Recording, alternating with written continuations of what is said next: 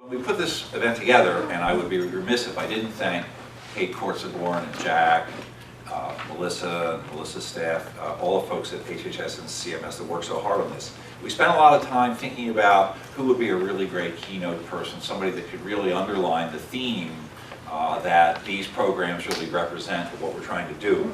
And we're just delighted that Dr. Hernandez took up our invitation, and Mayor Lee spoke about her many accomplishments, but I would just underline that today she's the CEO of the California Healthcare Foundation, an independent foundation with assets of more than $700 million, headquartered in Oakland, but it's close by. In fact, didn't Jerry used to say that Oakland's closer to San Francisco than San Francisco? That's the other Jerry. Formerly, she was the director of the San Francisco Foundation, served as the director of public health for the city and county of San Francisco. She's an assistant clinical professor here at the University of California, San Francisco School of Medicine, and in her spare time maintains her clinical practice here at San Francisco General. Graduate of Yale University, the Tufts School of Medicine, and the certificate program for senior executives in state and local government at Howard University.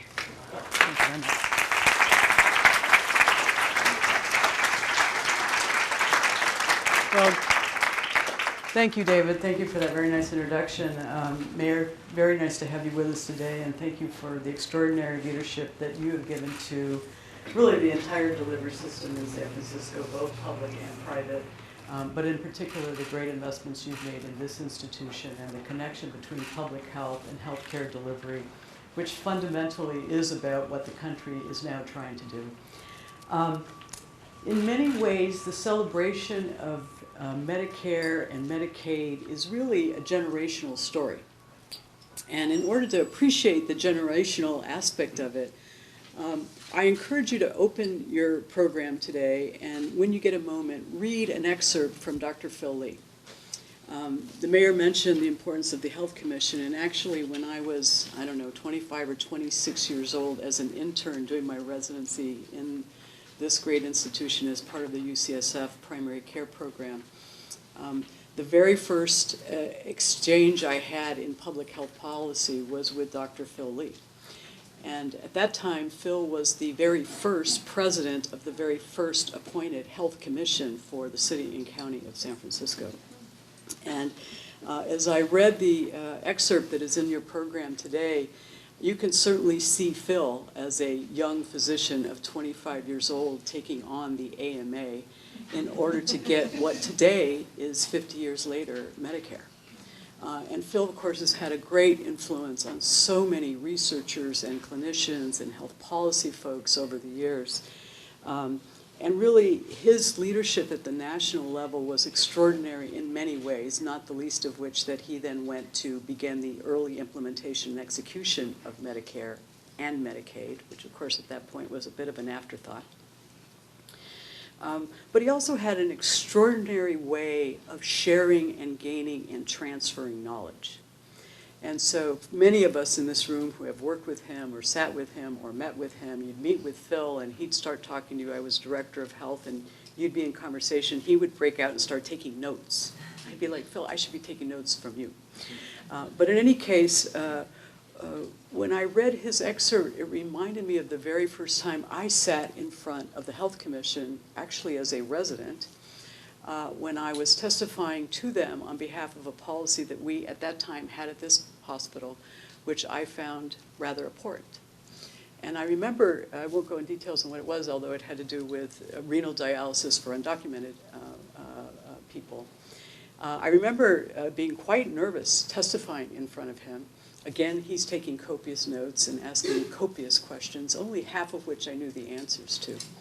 But it is important, I think, to recognize that we, as we think 50 years and look back at what's been accomplished and think about what's in front of us, that we think about these things generationally.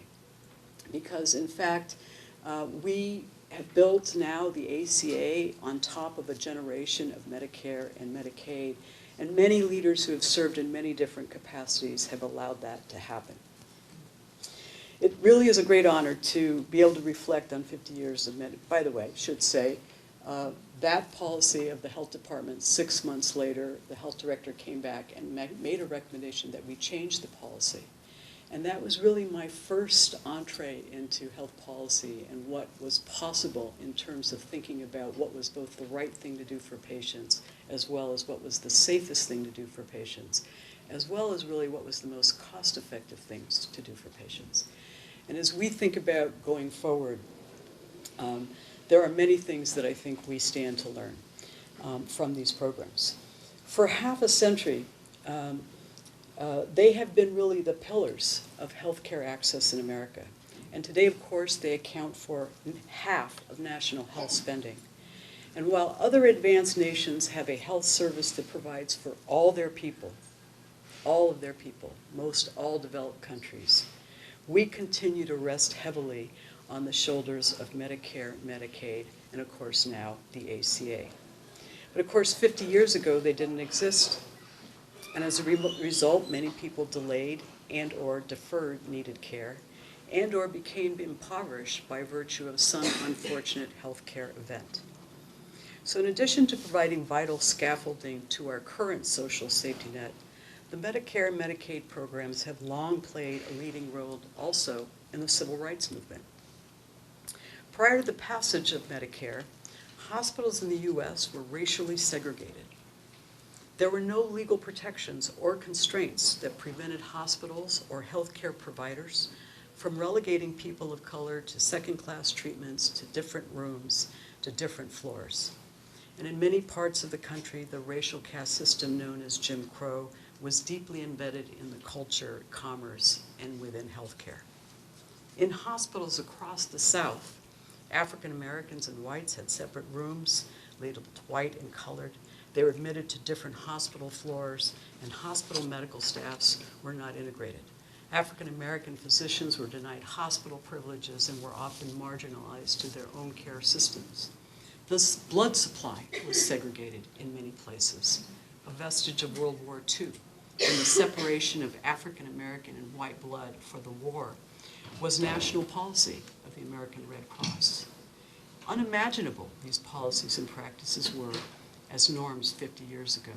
I wonder, 50 years from now, what will folks look back and imagine to be unimaginable? On July 30th, 1965, 50 years from today, President Lyndon Johnson ended all of that with the stroke of a pen. With his resounding 1964 election victory still fresh, Johnson collaborated with Congress to enact the most significant change in domestic policy since Social Security had been enacted in 1935. The creation of Medicare and Medicaid were born. But to end state-sponsored health care discrimination, Johnson applied the recently passed then Civil Rights Act of 1964 for the very first time. The law prohibited federal funding for organizations that discriminated against people based on race, color, or national origin. No hospital administrator, even in places where Jim Crow was strong and prevalent, was willing to forego the financial penalty of being excluded from the reimbursements by these new government programs. The new law produced rapid results. Blood supplies were promptly integrated. Hospital entrances and waiting rooms were reconfigured. Offensive signage came down, and hospitals were required for the first time to make colorblind room assignments. Thanks to Medicare and Medicaid, the overt traces of discrimination were erased. Hospitals became among the most integrated institutions in America. These changes eventually played out in access to care. In 1967, the first full year of Medicare, spending per non-white enrollee was 26% lower for hospital care than for whites, and 40% lower for physician services. But by 1995, spending per non-white enrollee was 21% higher than whites for hospital care and 13% higher for physician services. As we all know, these civil rights gains were substantial, but of course not yet sufficient to have achieved racial and ethnic parity in health care or in health status. Daunting challenges remain. African American mothers in Medi-Cal lag behind women among other groups in obtaining timely postpartum care. Diabetes is more prevalent among racial ethnic minorities. The gap in infant mortality between whites and African Americans has stubbornly persisted despite generations of efforts to close it. And yet it's clear that Medicare and Medicaid legislation passed 50 years ago today empowered the government to begin to take the first, albeit cautious, steps on the long road toward health care as a human right in this country. Medicare provided health insurance to people 65 years of age, regardless of income or medical history. And the creation of Medicare and Medicaid in 1965 did much more than simply strike a blow against racial inequality. It also significantly advanced science and medicine, and over the years has expanded benefits and eligibility, guaranteeing access for people who lacked the means to pay for it. Before Medicare, half of Americans over the age of 65 were uninsured. Today, it's only 2%. And over the decades, millions more Americans have become eligible for protections under this kind of health security. The elderly, people with disability, children, pregnant women, people needing long-term nursing care, people with end-stage renal disease, HIV or AIDS. And of course, most recently, the expansion of insurance to low-income, childless adults. But the most significant reforms, arguably, to these programs came in 2010 when Congress passed the Affordable Care Act. The law's architects leaned very heavily on Medicare and Medicaid to further expand and to strengthen the existing safety net, providing millions more people access to affordable care. In the tradition of Medicare and Medicaid, the ACA enabled people whose household budgets were constantly threatened by crushing health care costs to obtain guaranteed issue of comprehensive health benefits, a significant additional pillar added to the Medicare and Medicaid programs. The Medicare and Medicaid programs are fraternal twins, born of the same political parentage, but yet they have served very different populations. Medicare is the sibling that originally got all the federal attention. It serves more than 53 million seniors and people with disabilities, most of whom, of course, would not be able to afford private insurance during retirement.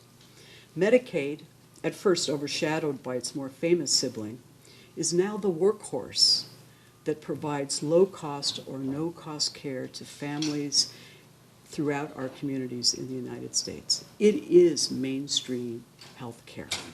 It's the largest health insurance program in the nation. Funded jointly, of course, by the states and the federal government, it serves people with low incomes, with disabilities, long-term care needs. Without Medicaid, most of 70 million enrollees, including 12.2 enrollees in our own California Medicaid program, Medi-Cal, would have to depend on whatever random indigent services might be available to them in the communities where they happen to live. The ACA leans heavily on Medicare and Medicaid to deliver many of the benefits that make affordable for its populations. More than 10 million people have now enrolled in the ACA Medicaid expansion, and seniors now in Medicare receive billions of dollars for the first time of no-cost preventive services, and are reaping the benefits now of phasing out of the infamous donut hole in Part D that will now allow them to afford prescription medicines that were often out of the reach of financially low-income retirees. But as medical costs continue to rise and low-income workers continue to suffer from income stagnation, more people fall under the protection of Medicare and or Medicaid. And new generations of children and grandchildren are generationally being protected from the financial insecurity that would have come had these programs not come about. 50 years ago today, President Johnson traveled to former President Harry Truman's home in Independence, Missouri, to formally enact Medicare and Medicaid. At the signing ceremony, he presented former President Truman and his wife Bess with the first applications for Medicare cards. It was a tribute to Truman's attempt 2 decades earlier to establish a national health insurance plan. The theme might be, it takes decades to do what is the right thing to do, and many, many, many political hours of advocacy to get those done. After the event, a young newspaper reporter approached President Johnson to thank him. He said, "On behalf of my mother." And President Johnson replied, "I think you should thank me on behalf of yourself." Because, of course, in addition to providing the reporter's mother with medical care for the rest of her life and that security, Medicare was also protecting the young newsman's standard of living against financial insecurity were Medicare not there for their elders. Medicare and Medicaid aren't just big government programs. They are, in fact, expressions of our ethical values. They deliver benefits far greater than any collection of health services or health procedures. But it behooves us all to work to assure that the long-term sustainability of these programs for generations to come. In order to achieve this goal, we all must continue to work to ensure that the safety net and all of the constellations of programs around it begin to really contain costs while improving care. It is incumbent that we figure out how to bend the cost curve. National health expenditures are projected to surpass $3 trillion this year, roughly $10,000 per person per year. In fact, healthcare is so big, with so many different issues demanding our attention, it's important not to overlook the role played by the nation's two largest health programs as purchasers. In California, Medi-Cal provides access to care for frail elders, for the oldest, for the most complex, and for the costliest patients. Medi-Cal will spend more than $90 billion this year on this Herculean task. This purchasing power gives Medi-Cal a very unique opportunity to demonstrate its inventive spirit as a purchaser. Medi-Cal and Medicare together, Medicare spends nearly $60 billion a year in California alone. And thus together they have vast influence in the marketplace to collaborate with private payers to produce the care that we want, safe, timely, based on science, and organized around the preferences and needs of our patients. We know from experience and from countless research studies, some of which you'll hear about today, that the healthcare system does not consistently deliver care that is of the highest quality, that is as safe as it should be, or that is even accessible or easy to use. Costs are highly variable, and we still lack full transparency to why that is. And medical inflation continues to threaten our economic stability and global competitiveness. When Medicare was created, it of course was far from perfect. In order to gain the cooperation of doctors and hospitals, Medicare was not even allowed to question providers' decisions or fees. In the last 30 years, however, it has led the way in developing novel payment methodologies and incentives to improve care and to save taxpayer dollars. Earlier this year, CMS announced bold plans to increase the use of Medicare payments designed to improve the value of care that patients receive and that the public gets in response to the contributions that we make. The goals include creating alternative payment methods that will link half of our fee-for-service Medicare payments to quality by 2018. There's a reason for optimism about this effort. Medicare has outperformed private health insurance at restraining the growth of health costs. Between 1969 and 2012, per capita annual growth of Medicare health spending was about 8.5%, compared to nearly 10% in the private insurance market. Economists have said Medicare's methods of calculating payments for bundled services and physician fees have generally been effective, which is why in many cases they've been emulated by the private insurance market. Medicare is likely to play an even stronger role in helping to rationalize healthcare pricing, which often varies quite dramatically even within a given region or market. The intentional focus on finding innovative ways to restrain costs while improving quality could, of course, not be more timely. The baby boomer generation is reaching retirement age. Every day, 10,000 Americans turn 65, and because they're living longer, the over 85 population is also steadily rising. Currently estimated that Medicare's enrollment will reach 80 million by the year 2040. While longer life expectancy and the prevalence of multiple costly chronic diseases on the rise, the need to establish effective Medicare initiatives to promote coordinated care, to provide better caregiver supports, and to enable end-of-life planning and palliative care is self-evident. Medicare will want to respond to patient wishes to not die in intensive care units when there's little prospect of recovery or of quality of life.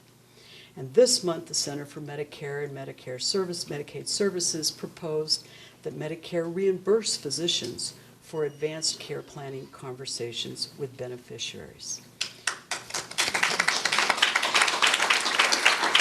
That's significant progress towards enabling patients to think about and, importantly, to express how they want to spend the last days and weeks of their life. Just as the groundbreaking events of 1965 set the stage for 5 eventful decades in health care, the passage of the ACA creates opportunities for the next half-century. When Medicare and Medicaid began, fee-for-service was the principal reimbursement methodologies, but those times have significantly changed. Managed care has been on the rise for the last 15 years, and the ACA now has created accountable care, which is poised to have just as great an impact on the delivery system and how we think about organizing care. On this day of celebrating Medicare and Medicaid's historic impact, I'd be remiss not to make a few remarks about California's own Medi-Cal program. The significance of Medi-Cal to the healthcare landscape cannot be overstated. It's the largest state Medicaid program in the nation. It covers 1 out of 3 Californians, and it takes fully 20% of our state budget. A small share of its enrollees, mostly people with disabilities, of course, drive a large proportion of the costs, but their care is often fragmented and uncoordinated. And although most enrollees are now covered by managed care, much needs to be done yet to deliver better care, more coordinated care, and especially true for people with serious mental health needs and substance use disorder. The time is ripe for identifying the path for Medi-Cal delivery system and payment reform, to consider how many major improvements we can make to health care and to health outcomes. Medi-Cal's prestigious purchasing power gives it a unique opportunity to collaborate with public and private payers to find the best ways to deploy precious healthcare dollars while improving outcomes for its enrollees. In cooperation with the federal government, many states have taken Medicaid experiments and tested innovations. And states like California are beginning to see tectonic changes in healthcare marketplace, including the rapid consolidation in health insurers and the coincident consolidation of hospitals and hospital systems, the decline of independent physician practices, and of course the rise of accountable care organizations. The question now is, how can we take what we have learned from California's Medi-Cal programs and innovations in home health services, in specialty mental health, in assisted living, and create a delivery system with incentives that, in the end, bring us closer to a delivery system that is sustainable over the long term. California is in the midst of a 3-year demonstration to coordinate healthcare delivery to seniors and people with disabilities who are eligible for both Medicare and for Medi-Cal. And Medi-Cal, of course, has a significant role to play in maternity. Medi-Cal pays for more than half of California's labor and delivery costs, and the program can use this pivotal role to improve outcomes for both mothers and babies. It's also time to really think, what does it mean to have a Medi-Cal card in terms of access? We've established in California standards for timeliness of access to services. However, there are many, many more elements that account for access, and many others need to be explored. Team-based care and other efforts to eliminate inefficiencies, and importantly, to begin to engage patients more effectively in their own care. We need to continue to flesh out these promising approaches and work to institutionalize them into our practice patterns, our policies, and to our regulatory laws. Medi-Cal is playing a key role in this effort. Achieving these goals, of course, also requires adequate funding. There's significant controversy about how much money and what does it take to actually achieve the things that we need to do. But in California, as we know, Medicaid is also a very efficient program, more efficient than private insurance in some ways, as well as Medicare, despite the fact that it covers some of our most vulnerable population. The majority of Medicaid's costs over the years have been associated largely with expanding enrollment and not higher per capita costs. Medicaid cost efficiency helps keep us overall in a situation where we can expand eligibility. But as the stewards and champions of care delivery for low-income California, it's important for us to forge partnerships on projects designed to explore the complex interactions of reimbursement rates, delivery system configurations, patient-reported experiences, and health outcomes. And of course, as we look at ways to take the final steps in closing the coverage gap, it's inevitable that we also look at the appropriate means to finance, manage, and deliver care for millions of undocumented people living throughout this country. Will our publicly financed health programs, Medicare and Medicaid, continue to rise to the challenges of the future? I pondered that question and thought back to a brief experience I had in this hospital back in the mid-'80s in the early part of the HIV epidemic. At that time, we saw patients who were admitted to the hospital with rampant CMV disease associated with their immune deficiency. They were going blind, they had colitis. There was no drug on the formulary to treat CMV disease. One of my first assignments was to go and pour through medical charts to try to create the necessary documentation to prove to Medi-Cal that we should be reimbursed as a hospital for providing ganciclovir, what is now ganciclovir care, to those patients. It only took 2 years, but ganciclovir was approved, and it immediately became a standard of care for patients, and Medi-Cal began to reimburse it here and at other programs across the country. Some people look at Medicare and Medicaid and see dysfunction and bureaucracy. I see them as the engine for creating system-wide change that saves lives and improves care, and one that finishes the job of reducing health disparities and improving the quality of life for all of us in our communities. In a world where scientists continually develop new ways to diagnose and treat disease, vast numbers of Americans would be unable to afford them were it not for these two programs. Medicare and Medicaid animate the social values and make America exceptional and enrich our understanding of what it means to be an American. They demonstrate our commitment to a caring and just society. Thank you.